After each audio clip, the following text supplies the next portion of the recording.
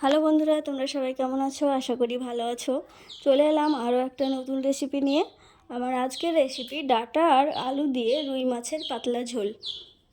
তো রেসিপিটা তোমাদের প্রথম থেকে শেষ পর্যন্ত দেখার জন্য অনুরোধ রইল। আশা করি তোমাদের ভালো লাগবে। তো রেসিপিতে চলে যাই। আমি এখানে মাছগুলোকে খুব ভালো করে ধুয়ে লবণ আর হলুদ মাখিয়ে রেখেছিলাম। তারপরে কড়াইতে তেল দিয়ে দিলাম মাছটা ভাজার জন্য। তেলটা একটু গরম করে নিতে হবে, তারপরে মাছটা দিতে হবে। তেলটা গরম হয়ে গেছে, আমি এক এক করে মাছগুলো দিয়ে দিচ্ছি।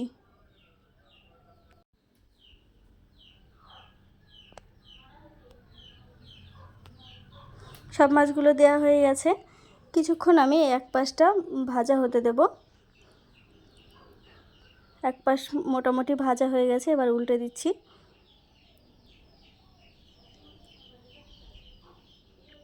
এইভাবে উল্টে পাল্টে একটু মাছটা লাল লাল করে ভেজে নিতে হবে। তো মাছগুলো আমার ভাজা হয়ে গেছে,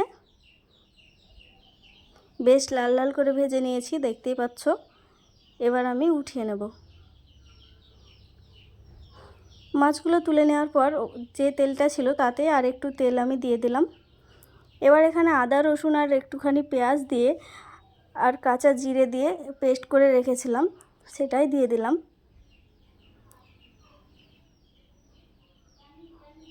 তারপর 1 চামচ লবণ দিয়ে দিলাম। লবণটা তোমাদের স্বাদ অনুযায়ী কম বেশি করে দিতে পারো। 1/2 চামচ লঙ্কার গুঁড়ো আর 1 চামচে একটু কম হলুদের গুঁড়ো দিয়ে দিলাম। এবার মশলাটা খুব ভালো করে কষিয়ে নেব।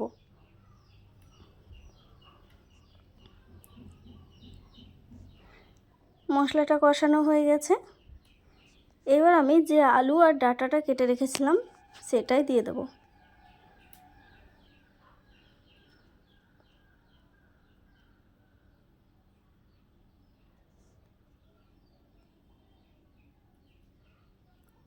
আলুগুলো একটু মোটা মোটা আর লম্বা লম্বা করে কেটেছি, দেখতে ভালো লাগবে বলে তোমরা তোমাদের ইচ্ছা মতো কেটে নিতে পারো।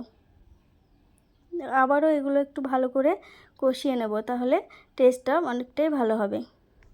কষানো হয়ে গেছে, এবার আমি জল দিয়ে দেব। জলটা একটু বেশি দিতে হবে, আলু ডাঁটাটা সেদ্ধ হবে তখন কমে যাবে, তো সেই জন্য জলটা একটু বেশি দিলাম।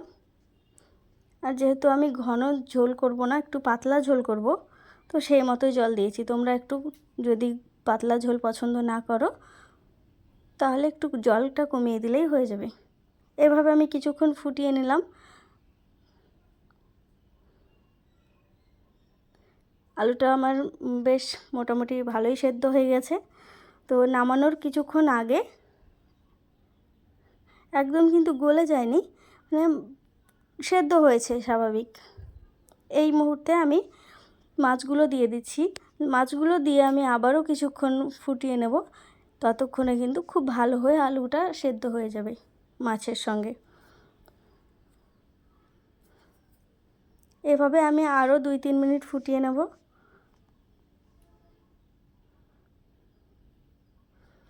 তো আমার রান্নাটা হয়ে গেছে, এবার আমি নামিয়ে নেব। তো দেখতে পেলে খুবই অল্প উপকরণে আর খুব কম সময়ে সহজ পদ্ধতিতে এই রেসিপিটা তোমাদের দেখানোর চেষ্টা করেছি। আশা করি তোমাদের ভালো লাগবে। দেখতে কিন্তু খুবই সুন্দর হয়েছে আর টেস্টটাও অনেকই ভালো হয়েছিল। বাড়িতে সকলে এই রেসিপিটা খুবই পছন্দ করেছে। এই গরমে এই রকম পাতলা ঝোল থাকলে পেটও ভালো থাকে, আবার খেতেও ভালো লাগে। তো তোমরা অবশ্যই আমার এই ভিডিওটা দেখে এইভাবে বাড়িতে একবার বানিয়ে দেখো। তোমাদের কেমন লেগেছে আমাকে কিন্তু কমেন্টে জানাবে। আর আমার ভিডিওটা যদি ভালো লাগে তাহলে লাইক করে দিও আর কমেন্টে জানিও কেমন লাগলো তোমাদের।